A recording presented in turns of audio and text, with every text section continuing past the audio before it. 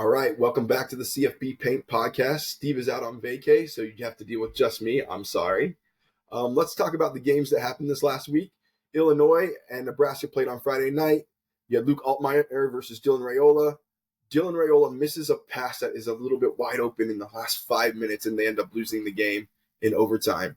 Kind of frustrating, I imagine, for Dylan Raiola, but still a learning point for him. He's brand new, he's new in his career, and it's kind of fun to see Luke Altmaier starting to come into his own a little bit. Illinois looks like they're kind of going to be potentially on one of the better teams in the Big Ten. They beat the likes of Kansas, although we're finding out who Kansas is. They beat the likes of Nebraska. The true test, though, lies kind of in this next October month. They play Penn State next week. They play Michigan later on and Oregon later on. So we're going to see who this Fighting Illini team is pretty soon.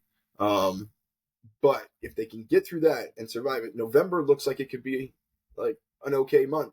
And if they can survive that, maybe they can make a run at the Big Ten title game and compete for the Big Ten title. Not my expectation, I'll be honest, but anything can happen, and this team could knock off those teams. We'll see. Going through just some of the other games that were blowouts this week, Texas handles business in Arch Manning's first start. Ohio State plays Marshall. Marshall's able to move the ball in the beginning of the game. Not due to Ohio State playing poorly, just due to Marshall honestly hitting small windows. But Ohio State kind of rears its head and puts that game away pretty quickly. Ole Miss does what Ole Miss does against terrible opponents and has a win there. Miami handles business against USF after kind of flirting with them for the first quarter or so. Penn State, they beat Kent State. Kent State took the money and didn't really play much in that game.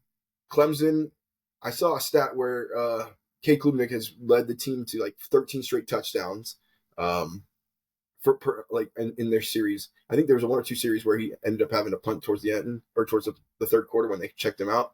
But Clemson handles business. NC State scores a few points on the back end, but that Clemson team looks formidable minus that Georgia loss. Iowa State handles business, and as does Notre Dame. So fun week to watch those teams handle their business, kind of see who those teams are, and those teams are kind of who we think they are. We kind of talked about this last week. Those are teams that I think are moving in the right direction and are handling their business like they should be. We're going to go to some of the close games this week. Vandy, Missouri. I had a guess on Missouri handling business there. I walked away from this game thinking, okay, Missouri's not as good as I thought they were going to be. I thought last week was against Boston College was going to be a fluke. Turns out we might have two flukes. I don't think so. I think this Missouri team has got to figure out a way to use its recruiting power or what it's recruited and the talent it has a little bit better. They're not as cohesive as they were a year ago. And then also on the flip side, this Vandy team may not be as bad as I thought they were. I mentioned that I thought they were in the bottom three of the league. I don't think that's the case. I think you have them. I mean, I think they can beat the likes of Auburn. They play Kentucky and South Carolina. Those are all winnable games, and they play Ball State later on this year. So this Vandy team might be a team that we see bowling, depending on how that Kentucky game goes, I think. But yeah, we'll see how these teams kind of play out in the next few weeks. But yeah, not as impressed with Missouri, a little bit more impressed with Vandy. I think I'm kind of getting on that wagon. Now, if they can knock off Alabama or Texas, not likely to happen, but it'd be fun to watch. Those are later on in their schedule. Jumping on to the Utah-Oklahoma State game. I was on the side of picking Oklahoma State. Clearly, I predicted that Cam Rising would not play in that game. You know, I had this insider information being in Utah. It's called my gut. I just honestly thought that there's no way Cam Rising plays. They did this all last year, saying that he might play, and of course he didn't. Isaac Wilson, though, didn't play poorly, but the defense played great, holding Oklahoma State to 3 points until the final 6 minutes when the game was pretty much out of hand. I think it was 22-3 by the time that happened. Oklahoma State's Bowman gets benched during that game at the very end, and Oklahoma State's able to score. Granted, it's at the end, and it'll be interesting to see how the rest of the year goes because it's been announced that Bowman's going to play against K-State next week. So if he has another poor showing, do they bench the 7-year starter or 7-year player and play their backup?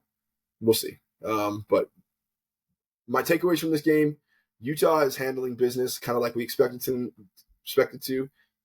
This is the first game in the Big 12 for them. but they've looked the part. And this is a game that they handled, and we'll see how they continue to go around there. Oklahoma State, this team looks a little bit worse than I expected them to be.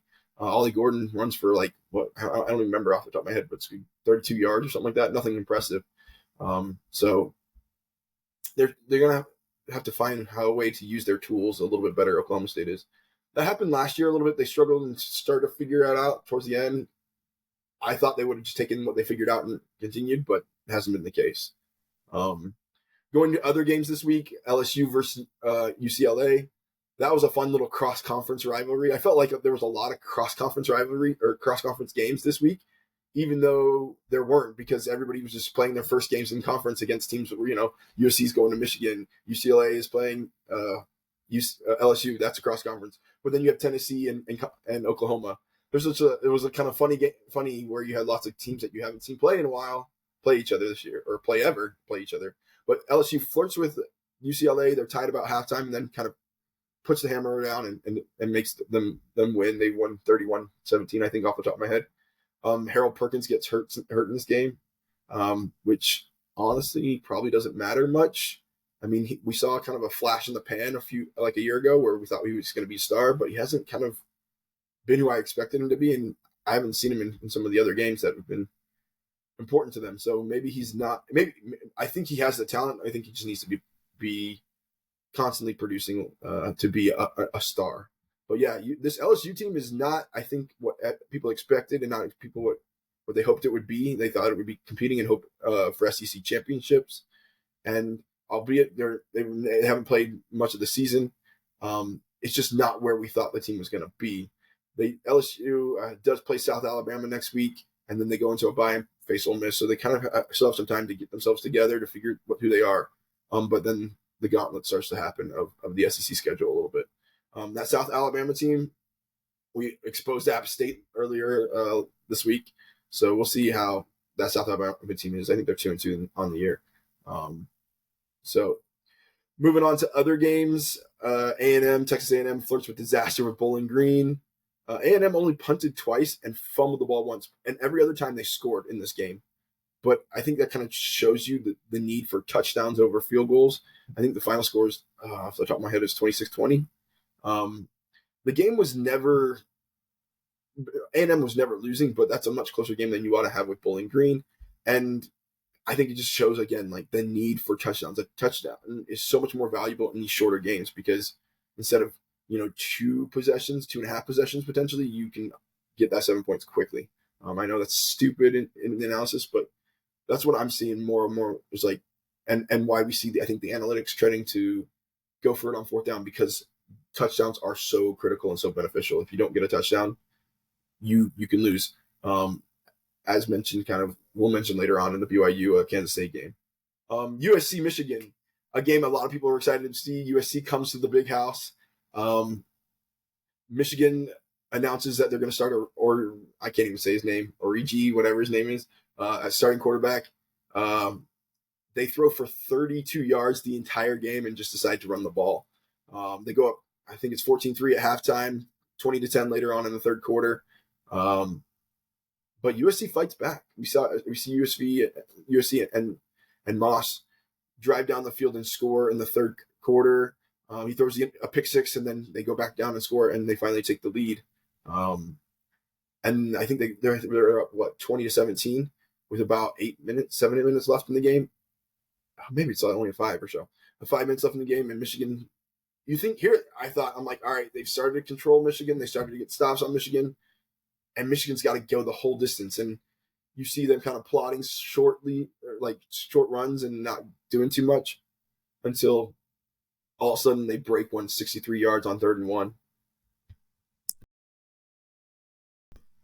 And they put themselves in position to score. I was watching that game and trying to figure out what I would do if I was Lincoln Riley, thinking that they might score and how much time can I save on the clock. I noticed that he didn't use his timeouts until they got within, 1st and goal. And so that he knew that the game was going to, or that if they scored or didn't score, he'd get the ball back. But it was just interesting play to me. Do you call timeouts a little bit earlier in hopes that you can get them to score, or do you let them score? If you were holding them pretty well on some of those runs, I think you get into a 3rd and 1 or 4th and 1 on the goal line, and Michigan's able to punch it in. So it's close, but sometimes it just doesn't go your way, and Michigan is able to come away with the win. The last play where the receiver doesn't run to the 1st yard line, and he catches it on 4th and 9 at the a yard short. Just absolutely crazy and kind of ridiculous to me. You got to know your where you are on the field and how far you need to go. The fact that you kind of had that happen or even let that happen is rough. Granted, I'm not an all-star. I didn't play D1 football, so we all know how hard it can be. Let's see. Moving on. Let's talk about Tennessee, Oklahoma. Tennessee handles business against Oklahoma. Oklahoma benches their quarterback, Jackson Arnold, for Michael. Oh, I don't remember his name off the top of my head. Michael, what's his name? Hawkins. There you go. Michael Hawkins Jr. And announces that Michael Hawkins Jr. will be playing starting their next game as well. So what happens with Jackson Arnold? Does he decide to go to Oregon? I'm just kidding. It seems like OU just tries to upgrade by going to a younger quarterback every year, and we'll see how it happens with this next little bit. But Brent Venables hasn't been able to figure out the offense where as much as they'd like, and Tennessee comes in and wins the game. They don't rely heavily on Nico. They rely more on their running game. And at the end, Nico gives Josh Heupel the ball, which is kind of funny. If you watch the last interview that happens in that game with Josh Heupel, they talk about, hey, Nico gave you the ball. Is it important? And he goes, oh, yeah, it's important that we win for our schedule and, for our 2024 goals. And he smirks at the camera and goes, and this one is a little special for me. Because, as mentioned, we think there are some probably hurt feelings when Josh Heupel was let go by I can see his face, by the old OU coach, not Lincoln Riley before that. There were some hurt feelings, I imagine, there. So, Stoops, Bob Stoops, there we go. Ah, wow, I can't remember names sometimes. But yeah, the Oklahoma game, Oklahoma is not able to move the ball as well as they like. Tennessee wins that pretty handily and sets themselves up to be in prime position to be a challenger for the SEC and to be in the playoffs. This Oklahoma schedule is going to be hard. I think they go to Auburn this next week. Not that Auburn is overly tough. If you watch that Arkansas game, that was probably one of the ugliest games of the week. But I think both teams might be starting new quarterbacks this next week. I think Payne Thorne might come out, and I think Michael Hawkins as well. So we'll see what happens there. Last but not least, not last but not least. Let's keep going. FSU versus Cal. A lot of you guys don't probably care about this one. For us boys, we do care about FSU. FSU looks ugly but wins. The defense holds Cal to 3 field goals. I think they're in the red zone 4 or 5 times, and they're able to pull out the win. Towards the end, Cal's driving with a few minutes left, and I felt like this was USC Michigan again. Like, when do you call your timeouts, when you not? The difference is that Cal decides to throw and has an incompletion and forces them into long down and distance, and FSU is able to tee off with their pass rush and force an incompletion and then a sack to push them, or to make it to turn them over on downs. FSU survives. They go to SMU next week. Not favored, as I don't think they should be, but we'll see what happens. Cal, I think, takes Miami late at night. We're gonna get some ACC after dark, I think, which would kind of be fun to see. All right, BYU Kansas State. This one was a fun game. I found out when I watched a lot of other analysts and listened to other people talk about this game. A lot of people kind of said the stats on this one were fluky. BYU shouldn't have won this one. And I kind of agree, but I kind of disagree. Going to run you through my thought process here. Kansas State moves the ball really well in the first two drives, but they have to settle for field goals. And like we said, if you don't score touchdowns, you're going to get killed by field goals. And they settle for field goals. I think they're up 6-0 with about 6 minutes left in the halftime. No, I think it's only 3 minutes left in halftime. BYU has driven down the field and scores a field goal to make it 6-3. And Kansas State takes the ball and throws a pick. No, Kansas State takes the ball, and their running back, who's only fumbled once ever, fumbles the ball and it gets returned for a touchdown. BYU's up 10-3 or 10-6. Then a few plays later, Kansas State throws an interception. Avery Johnson who's only thrown one, I think, in his career, throws an interception. And 2 plays later, one big play, a big pass, 23-yard pass. BYU scores again. We go into halftime. Kansas State throws an interception pretty quickly in to the first play or two. And BYU scores after a long run and a short, like a long 20-yard run and a short run to put it in. And they're up all of a sudden 17 to 6. So 17-6. I can't even do my math right anymore. No, that was 17-6 earlier. So now they're up 23-6, something like that, 24-6. Anyways, then BYU holds Kansas State to a punt, and Parker Kingston muffs the punt, then chases it back down to his 5 or 7 yard line, picks it up, runs down back to the 1 or 2 on the other side or runs back to the 1 or 2 and crosses the field and again goes all the way down the sideline to score a touchdown, and later loses his lunch after they score again. So in a matter of like 6 minutes of gameplay, we go from a 6-0 lead for Kansas State to a 31-6 lead for BYU. No, so that part of those things are freaky. Like fumbles, you can't really count on fumbles. BYU's defense had started to put some pressure on Avery Johnson. I think that's resulted in those interceptions. And also the linebacking core of BYU is just impressive when they play that kind of, when they drop into that zone and how they're able to get pressure on the quarterbacks and read the quarterback's eyes. They do that quite often. They get those interceptions. So I'd say a little bit of luck. I'd say a little bit of skill. And then from that, BYU kind of says, all right, we're ahead. We're going to milk the clock, and we're going to do as much milking as we can. And so from a strategy point and from a statistical point, BYU is almost not as successful, quote unquote, as success rate as Kansas State. But they do have some explosive plays, and they're able to capitalize on the short fields that they're given. That's the one thing I feel like it was benefit to them. And wasn't, I don't consider lucky. I mean, you hit a 20-yard pass to score the touchdown, you hit a 20-yard run, you capitalize on these with big plays, and you start to figure out how to handle them. And if you want it, and if you needed to, I think you could have attacked them a little bit more, but they didn't need to. They were in a position where had the game in hand, and so BYU continued runs the ball out to win the game finally. Some crazy things that came out of this game that were not related to the game itself. I don't know how many of you follow Twitter.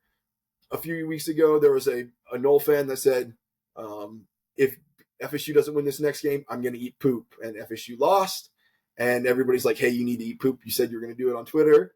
And he kind of he gets rid of all his accounts. Excuse me, just a second. He gets rid of all his accounts and goes dark on social media.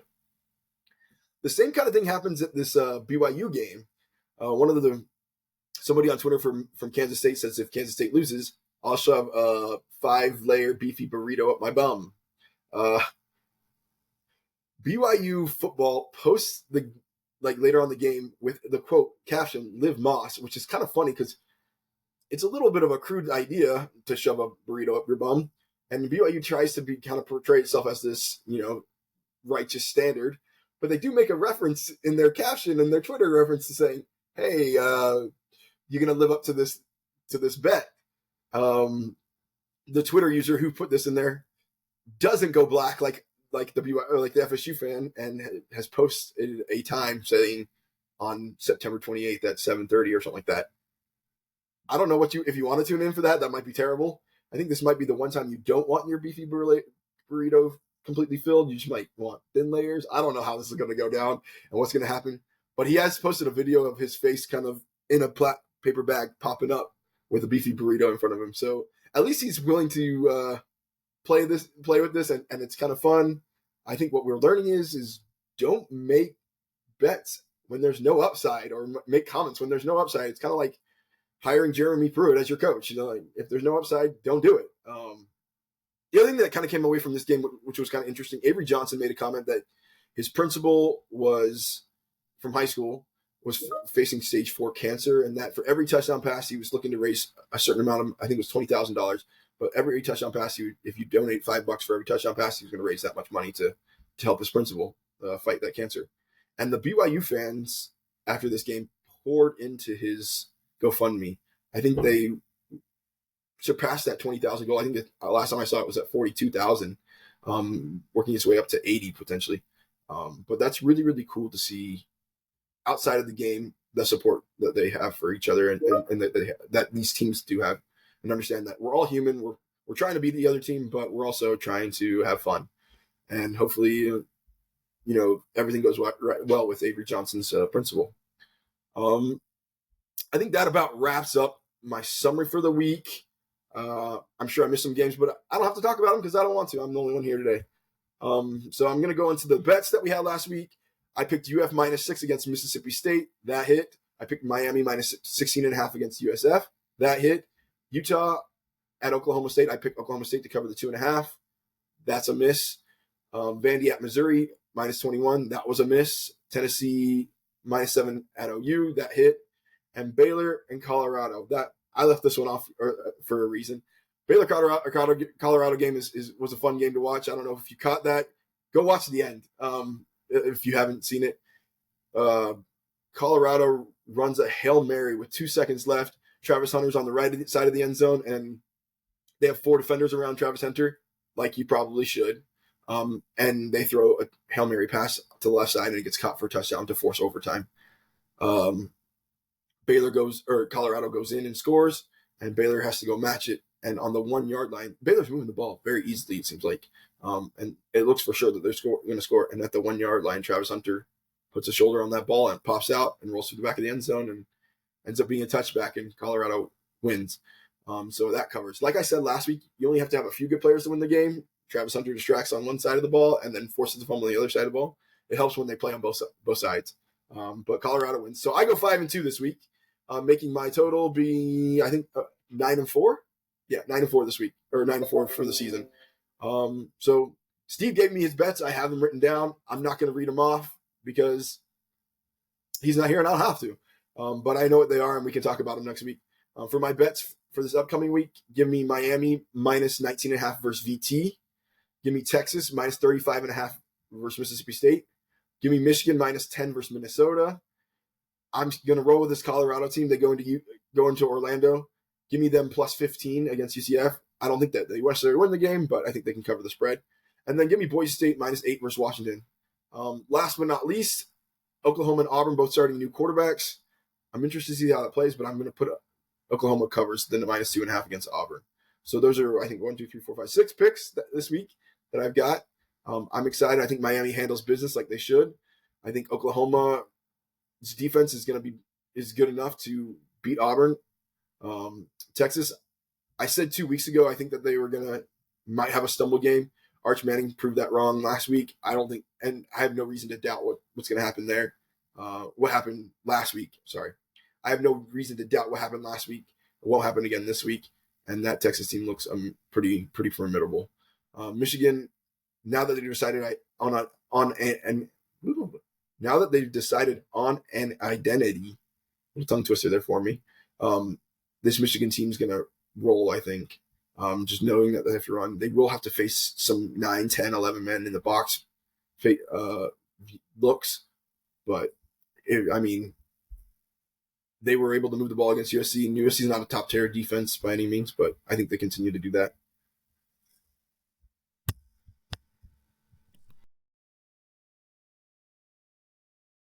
Sorry about these coughs, guys. This Colorado team, I think they can hang with UCF, and I'm interested to see what happens. It is in Orlando, so it's going to be a little bit more difficult for Colorado, but I'm excited. And this Boise State team, Boise State and Washington have both played Portland State earlier this year. I think both teams won by about 40, but Washington State has kind of struggled with a little bit lesser tier teams in recent last few games. They've won, but they've been close, and that's why I think Boise State can cover the 8 points. Looking forward to next week. We've got some other games that I think we should be excited about. Let me pull up my schedule. Where did it go? We've got, like I said, Boise State, Washington State. Here, let me pull it up real quick. Let's reload. We got Georgia playing Alabama. We already knew that one's going to be exciting. I think Georgia's favored by 2. We got the rematch of the SEC championship from last year, and we get to see how it plays out, but with a new coach, Kalen DeBoer. If you put my gun to my head, I'm going to say I think Bama wins this one, but I wouldn't put money on this. I think just Kalen is figuring out how to call the plays for his team, and Georgia hasn't been up to snuff where I think they should be. They kind of do that every year though until they play somebody good, and so you can't write them off by any means. But give me Bama to win that one. I'm not going to put that on as an official vote, but I'm excited to watch that game. Let's see. You've got Notre Dame and Louisville. We'll see how real Louisville is in the ACC. I think you have Miami essentially and Clemson are the best two teams, and with Louisville as the third. But this will be the kind of show it and prove it game. I think it's at Notre Dame. Other games that I'm interested in this week. Let me pull just the top 25 games. I'm excited to watch the BYU Baylor game. I do not know who to pick in that game. I did not choose that game for a reason.